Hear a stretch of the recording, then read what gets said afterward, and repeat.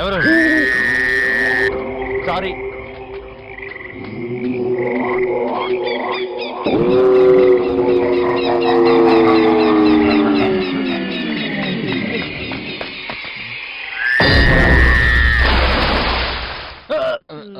అసలు ఎలా పడ్డావు పీజే?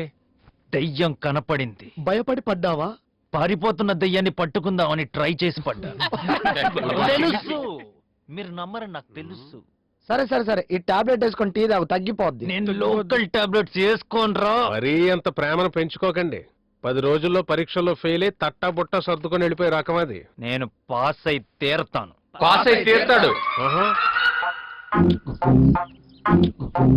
నేను డిసైడ్ అయిపోయాను. నేను ఎలాగైనా ఈ ఎగ్జామ్ పాస్ అయి తీరా. అవుతావురా, అవుతావు. ఎలారా? ఎలాగా? ప్రతిపక్షం అడగాల్సిన ప్రశ్న అధికార పక్షం అడిగినట్టు. అయినా సిటీలో ఫస్ట్ ఇయర్ పాస్ అయ్యొచ్చు కదా పీజే. అప్పుడు డబ్బులు ఇచ్చి కొన్నాను. పేపర్ నా కాదు, మార్కులు వేసేవాడిని. అప్పుడే 3 నెలలు అయిపోయినాయి. ఏం చదవలేదు. ఈ గండం ఎలా రా గడిచేది? పెచ్చు పగిలింది. Thermal moments in components. చాలా కాలంగా ఎండకి వ్యాకోచించిన కణాలు వానకి సంకోచించి పగుళ్లుగా ఏర్పడి. ఐడియా.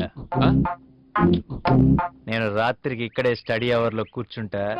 కన్నబాబు తన టెక్నాలజీ వాడి ఇంతకంటే పెద్ద పెచ్చుడి నా చేతి మీద పడేలా చేస్తాడు. దాంతో నా చేతికి దెబ్బ తగలటం, నేను ఎగ్జామ్ రాయలేకపోవడం, నా బదులు ఎవరో ఒకళ్ళు కన్నబాబు రాయటం, మనం పాస్ అయిపోవటం, అంతా జరిగిపోతుంది. అప్పుడు చేతులు పోతాయిగా. అరే, నీకు టైమింగ్ అంటే బేసిక్ గా ఐడియా లేదనుకుంటా. నేను చేతులు పెడతా, కానీ అది పడే టైంకి చేతులు తీసేస్తా. అది టైమింగ్ అంటే.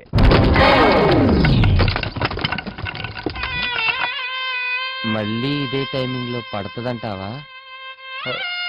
మళ్ళీ ఎందుకురా, ఇప్పుడు పడిందిగా.